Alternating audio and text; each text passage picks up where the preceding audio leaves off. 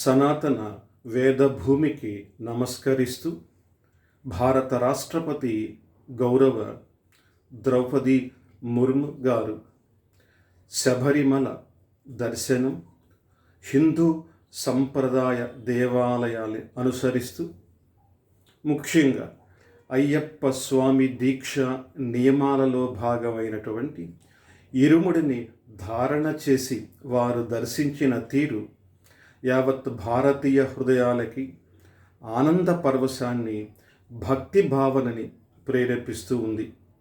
ఈ దశలో భారత రాష్ట్రపతి గారికి పూర్ణ ఆయుష్, ఆరోగ్యము, ఇతోదిక దైవిక విభూతి సంపూర్ణంగా లభించాలని ప్రార్థిస్తూ స్వామియే శరణం అయ్యప్ప, స్వామియే శరణం అయ్యప్ప.